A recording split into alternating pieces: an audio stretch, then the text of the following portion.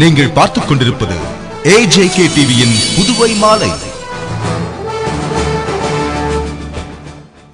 வணக்கம். டில்லியில் காங்கிரஸ் தலைவி சோனியா காந்தியை நேரில் சந்தித்து வாழ்த்து பெறுவன் என்று முதல்வர் திரு ரங்கசாமி செய்தியாளர்களுக்கு அளித்த பேட்டியில் தெரிவித்துள்ளார். இது தொடர்பாக முதல்வர் ரங்கசாமி கூறுகையில், புதுவையில் என்ஆர் காங்கிரஸ் கட்சி ஆரம்பித்த 2 மாதத்திலேயே தேர்தலை சந்தித்து 31% வாக்குகளை பெற்று அமோக வெற்றி பெற்றுள்ளது. இதனால் தேர்தல் ஆணையத்தின் உத்தரவின் பேரில் அங்கீகரிக்கப்பட்ட கட்சியாகவும் நிரந்தர சின்னம் ஒதுக்கப்பட்டு அறிவிப்பு வெளியானது. இதற்காக மக்களுக்கு நன்றி தெரிவித்துக் கொள்கிறேன் என்று கூறிய அவர், மேலும் எங்கள் ஆட்சியில் மக்களுடைய நலத்திட்டங்கள் அனைத்தும் விரைவாக செயல்படுவதற்கு நடவடிக்கை எடுக்கப்படும். தேர்தல் வாக்குறுதிகள் அனைத்தும் விரைவாக நிறைவேற்றப்படும்.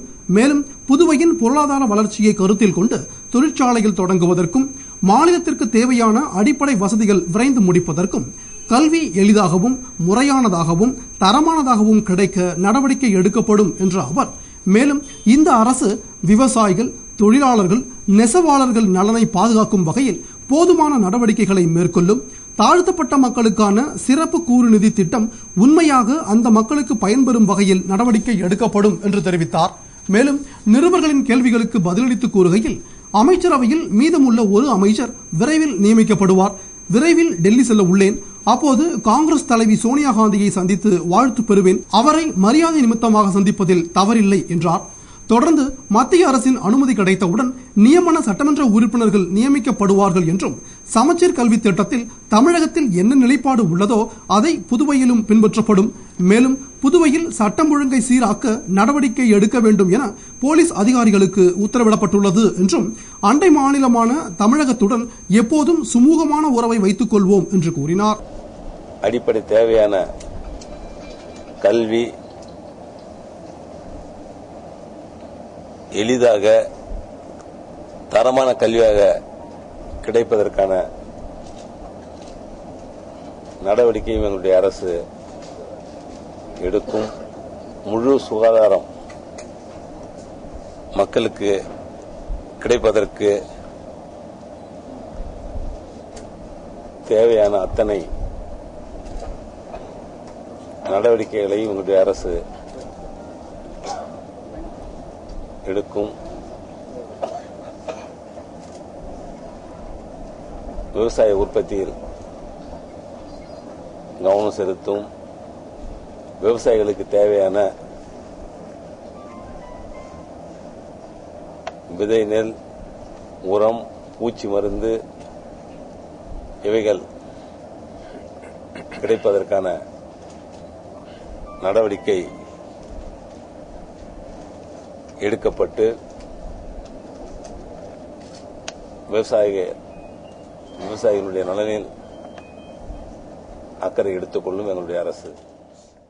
புதுவை முத்தரையர் பாளையத்தில் தொழிலதிபர் வீட்டில் மர்ம ஆசாமிகள் பல லட்சம் மதிப்புள்ள நகை மற்றும் பணத்தை கொள்ளையடித்து சென்றுவிட்டனர். புதுவை முத்தரையர் பாளையம் வழுதாவூர் சாலையை சேர்ந்த கஜேந்திரன் என்ற தொழிலதிபர் தமது வீட்டை பூட்டிவிட்டு அருகில் உள்ளவர் வீட்டிற்கு சாப்பிட சென்றனர். அவர்கள் திரும்பி வந்தபோது பூட்டப்பட்ட படுக்கை அறைக்கதவு உடைக்கப்பட்டிருப்பதைக் கண்டு அதிர்ச்சி அடைந்து உள்ளே சென்று பார்த்தபோது 70 பவுன் நகை மற்றும் 50,000 ரொக்கப்பணம் ஆகிய பல லட்சம் மதிப்புள்ள பணம், நகை கொள்ளையடித்து சென்றிருப்பது தெரியவந்தது.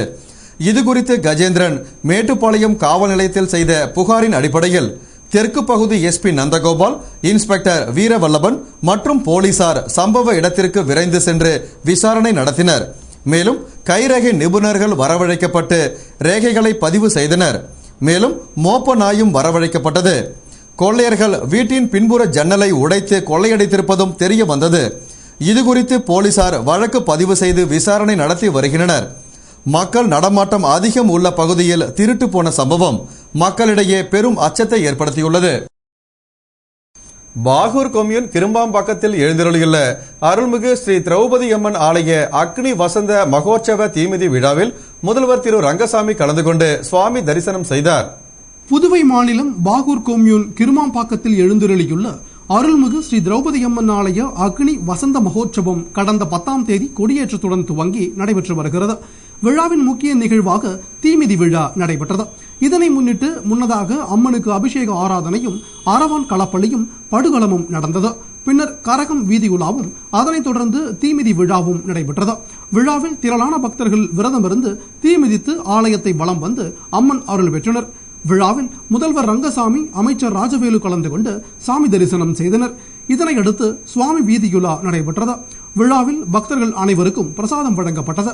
விழாவிற்கான ஏற்பாட்டினை ஆரங்காவல் குழுவினர், விழா குழுவினர் மற்றும் கிராமவாசிகள் செய்திருந்தனர். புதுவை எல்லைப்பிள்ளை சாவடி அரசு மகப்பேறு மற்றும் குழந்தைகள் மருத்துவமனை அருகே தெருவோர கடைக்காரர்கள் அமைத்த கடையினை போலீசார் அகற்றினர். இதனால் கடைக்காரர்கள் போராட்டத்தில் ஈடுபட்டனர். புதுவை பாரதி பூங்கா அருகே செயல்பட்டு வந்த அரசு மகப்பேறு மருத்துவமனை எல்லைப்பிள்ளை சாவடியில் உள்ள ராஜீவ்காந்தி மகளிர் மற்றும் குழந்தைகள் மருத்துவமனைக்கு மாற்றம் செய்யப்பட்டது. இதனால் அங்கு இருந்த தள்ளுவண்டி கடைகள், பெட்டி கடைகள், சாலையோர கடைகள் அனைத்தும் வியாபாரமின்றி பாதிக்கப்பட்டது. எனவே வியாபாரிகள் கடையை புதிய மருத்துவமனைக்கு அருகே உள்ள சாலையோர பகுதிகளுக்கு மாற்றினர். சாலை நடுகிலும் அவர்கள் கடைகள் வைத்ததால் 2 நாட்களாக மிகுந்த போக்குவரத்து நெரிசல் ஏற்பட்டது. எனவே ரெட்டியார்பாளையம் போலீசார் அங்கிருந்த கடைகளை அகற்றினர். இதனால் ஆத்திரமடைந்த சாலையோர கடைக்காரர்கள் போராட்டத்தில் ஈடுபட்டனர். தகவல் அறிந்த ரெட்டியார்பாளையம் சப் இன்ஸ்பெக்டர் வெங்கடாஜலபதி மற்றும் போக்குவரத்து போலீசார் சம்பவ இடத்திற்கு சென்று அவர்களை அங்கிருந்து கலைந்து போக செய்தனர்.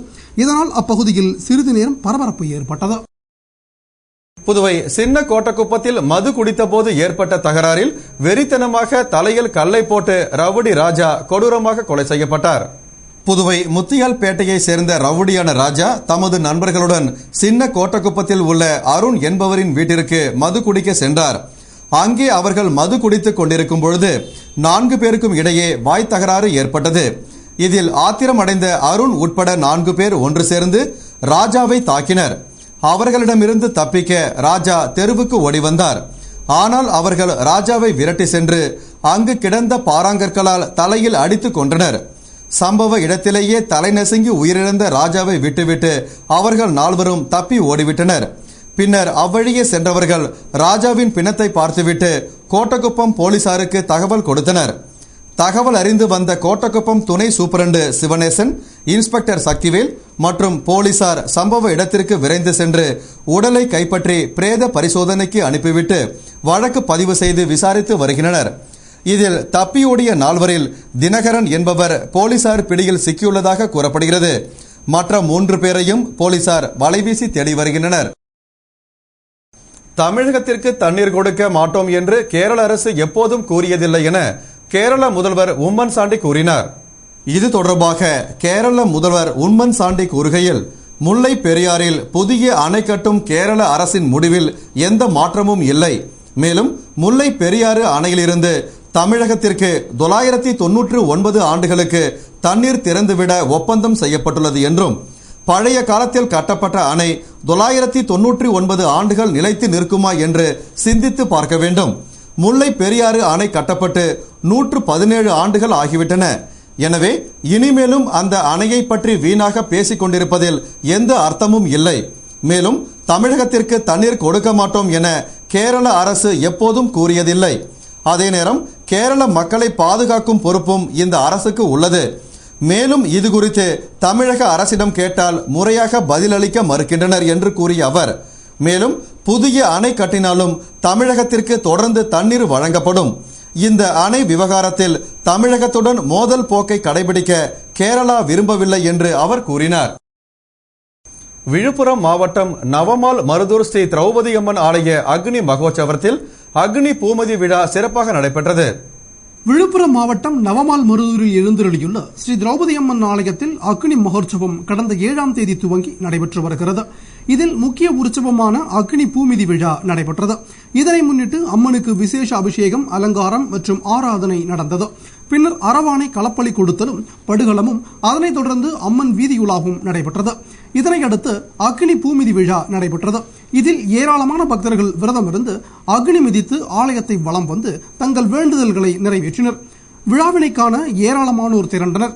விழாவிற்கான ஏற்பாட்டினை ஆலய அறங்காவல் குழுவினர், விழா குழுவினர் மற்றும் நவமால் மருதூர் கிராமவாசிகள் செய்திருந்தனர். இத்துடன் செய்திகள் நிறைவடைந்தன. வணக்கம்.